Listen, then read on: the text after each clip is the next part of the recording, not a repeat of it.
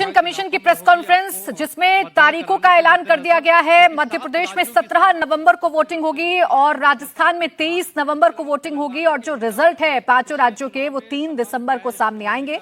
छत्तीसगढ़ में 2 फेज में वोटिंग होगी, 7 और 17 नवंबर। तेलंगाना में 30 नवंबर को वोटिंग होगी और मिजोरम में 7 नवंबर को वोटिंग होगी।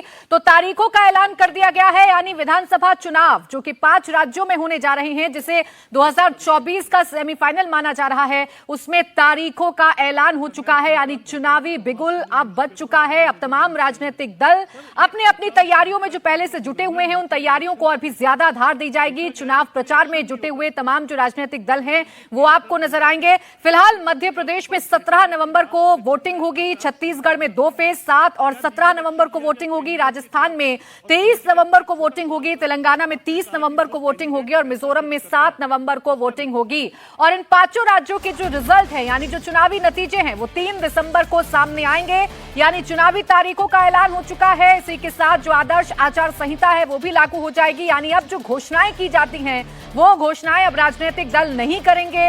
अब सीधे तौर पर चुनावों में उतरेंगे तमाम राजनीतिक दल, क्योंकि अब डेट सामने आ चुकी है। मध्य प्रदेश 17 नवंबर को वोटिंग होगी, राजस्थान में 23 नवंबर को वोटिंग होगी, छत्तीसगढ़ में 2 फेज क्योंकि नक्सल प्रभावित राज्य है, 7 और 17 नवंबर को वोटिंग होगी, तेलंगाना में 30 नवंबर को वोटिंग होगी और मिजोरम में 7 नवंबर को वोटिंग होगी। तो ये इस वक्त की बड़ी खबर आपको बता रहे हैं, चुनावी तारीखों का ऐलान हो चुका है।